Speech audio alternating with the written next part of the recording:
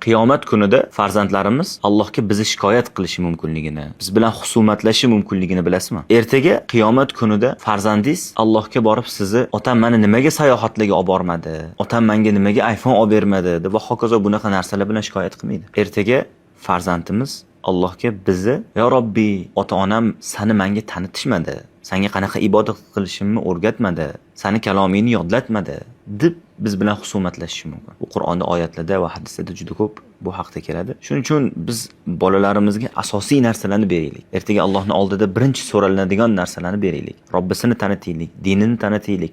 Payg'ambar Muhammad sallallohu alayhi vasallam tanitaylik. Islomga bo'lgan muhabbatni uyg'otaylik. Unga farz amallarini, ibodatlarini o'rgataylik. Mana shu narsalardan so'ralinamiz. Ertaga nimaga farzandingni bu kiyimni olib bermading yoki nimaga dam olishga etib-etga olib bormading, pulli maktabda o'qitmading demaydi Alloh taolo. Birinchi qabrga qo'yilganda so'ralinadigan narsa: "Man robbuka?"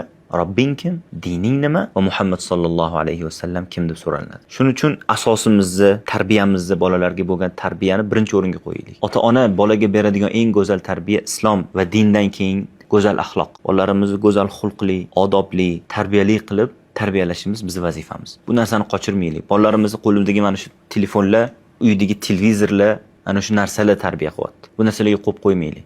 Bolalaringizni qo'lidan olib qo'ying telefonni. Vallohu a'lam.